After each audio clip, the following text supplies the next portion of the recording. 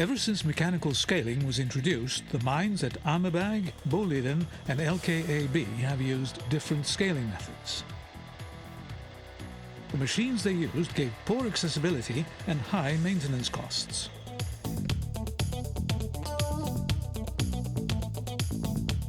In the autumn of 1995, the mining companies got together in Kiruna and agreed on joint specifications for a new scaling unit designated SBU800. One of the requirements was a utilization factor of at least 80%.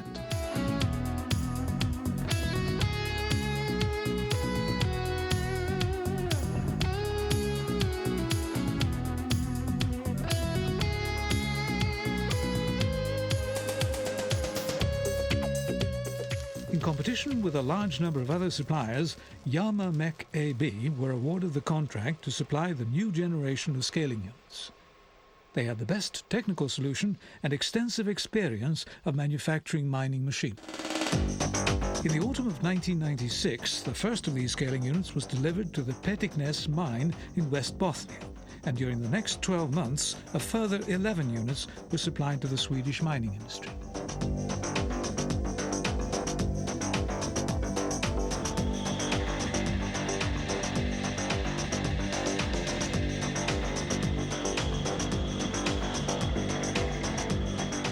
The film you're about to see is intended as a complement to your instruction manual.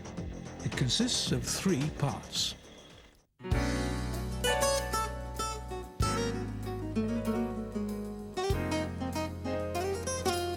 Hose off your boots before entering the cab. Make a point of keeping the cab nice and clean.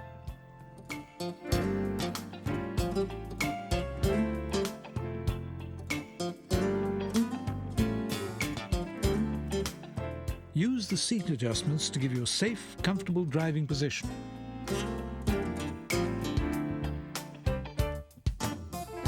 The gear control unit is located on the left. It has the following functions: a gear selector knob with 3 forward and 3 reverse settings, a selector knob for scaling, driving or slow driving. The handbrake must always be engaged when parked and when the machine is being used. If you have to park on a steep incline, turn the machine so that its front end faces the wall and secure the wheels with blocks. The other functions are a hydraulic hammer, full or half punch section, controls for the indicator lights and windscreen wipers, and a horn button. To the left on the instrument panel is the communication radio and the fuel gauge. The middle section of the instrument panel contains an emergency stop button, the emergency reset button, the light switch, the ignition switch, and the start button for diesel operation. In the middle is a display showing a variety of different functions. Here you can select diesel or electric operating mode. Above the display is the central warning light, which is activated whenever an alarm goes off. If the warning light starts blinking during transport or while scaling, you must stop as soon as possible. A flashing field on the display indicates where the fault lies. To the right on the instrument panel is the panic button. When activated, the following takes place.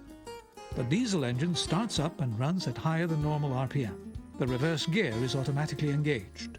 The cab is lowered into place and the boom is lowered. The support legs and the rock blade are lifted up and the water hose and the electric cable are reeled in. The machine is reversed with the left joystick and steered with the right one. There's a separate knob for each of the support legs with positions for up and down and a knob for the rock blade. The cab is lowered manually if the electric power or diesel power is cut off.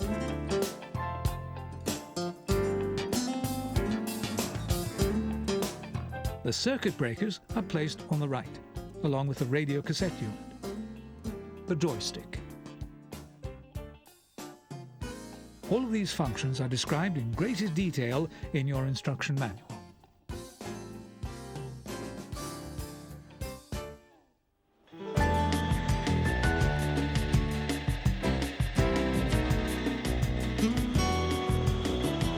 As a driver, you are not only expected to be skillful at operating the machine, you must also be good at taking care of it. Daily inspection and maintenance is extremely important since it affects the machine's utilization factor and productivity.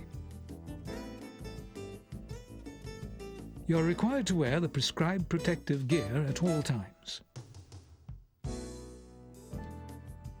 Switch on the main current to position 1. Check the lights. The central lubrication system has 2 grease containers. The left one lubricates the hammer and the right one the boom and chassis. Check these and top up as needed. Always consult a trained electrician if a malfunction should occur or be suspected. Check the swinging boom, the mounts, the cylinder, the boom, the pin joints, the hammer,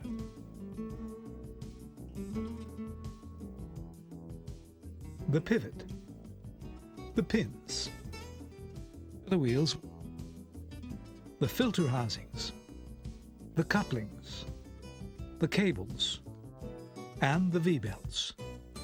Make sure there is no leakage or cracking. The engine oil level should be between minimum and maximum on the dipstick.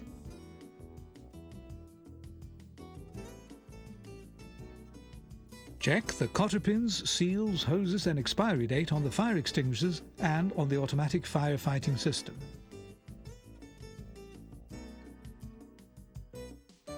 Also check all cable and hose reels. The oil levels are checked at the glass gauges. The winding power is set by means of an adjusting pin. The oil level in the hydraulic oil tanks is read at the glass gauges. The oil is replenished via the buffer tank on the right-hand side. Check the oil level in the compressor. Drain off any water in the compressed air tank. Check the coolant level in the engine and in the air conditioning unit.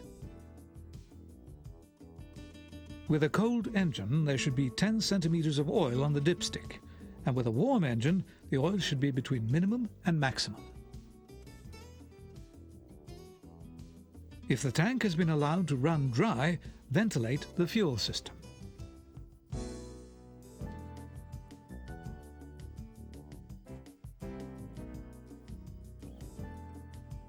Check the air filter and the filter in the air conditioning unit. Turn the key to position 2. The PC and the control systems are activated. With the gear control in neutral, select diesel operation on the display, start the engine, and select drive position. Before driving away, test the brakes. Check the headlights and the working lights. At the end of the workday, walk around the machine and inspect it for damage. All these functions are described in greater detail in your instruction manual.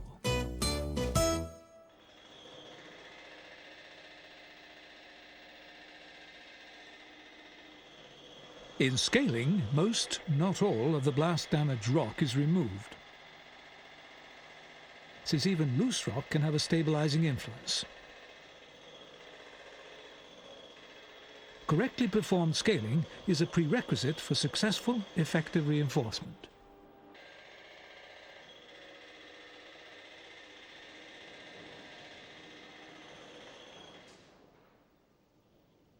Improper use of the machine can cause damage which results in costly repairs and maintenance and a low utilization factor. Here are some of the things which can lead to costly repairs. Scaling with excessive force in the same spot, with the hammer at right angles to solid rock.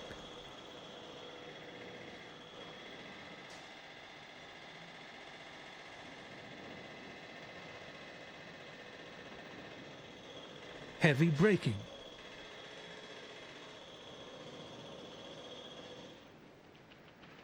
scaling while the cab is being raised.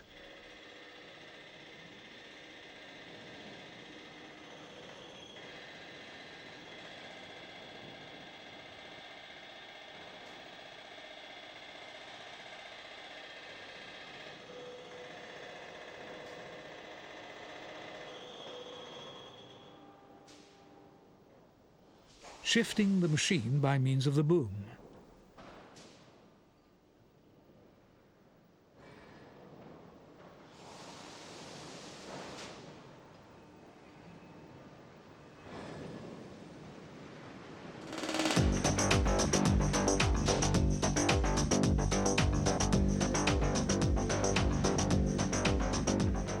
When you arrive at the worksite, drive up to the mains box.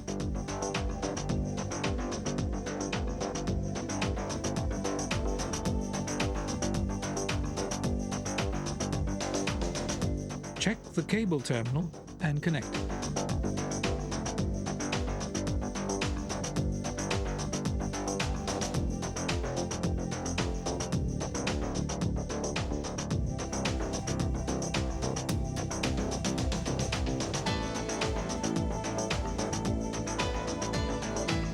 Check the work light to make sure all the lamps are intact and clean. Clean the windows to ensure best possible visibility while scaling. As you drive into the blast zone, check the drift for cracks and loose rock. Do whatever scaling that may be necessary.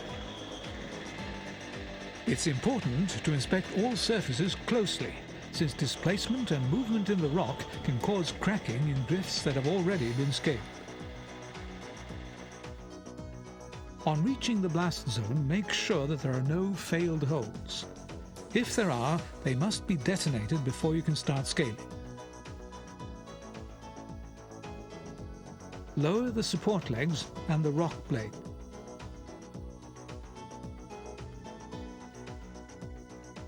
Elevate the cab so that you have a good view of the roof and a comfortable working position.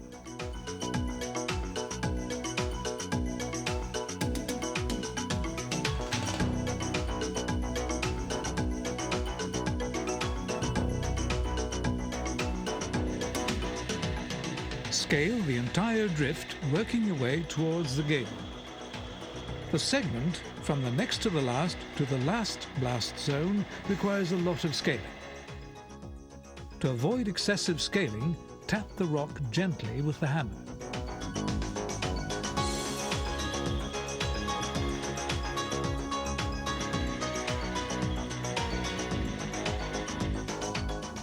At the gable, leave 1 meter of the abutment unscaled. That way, you can continue to scale the lower part without any scaled rock getting in your way.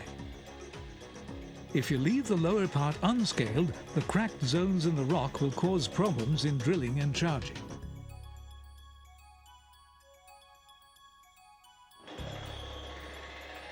Continue scaling upwards towards the abutment and finish off the job.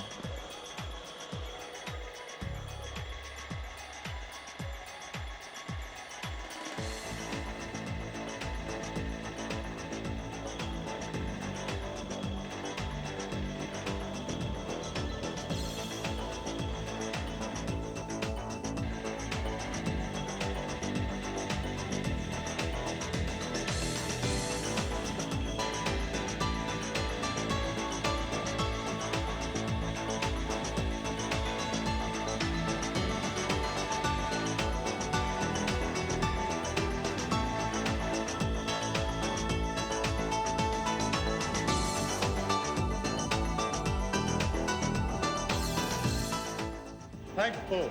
Remember, always work in areas where the roof has been scaled.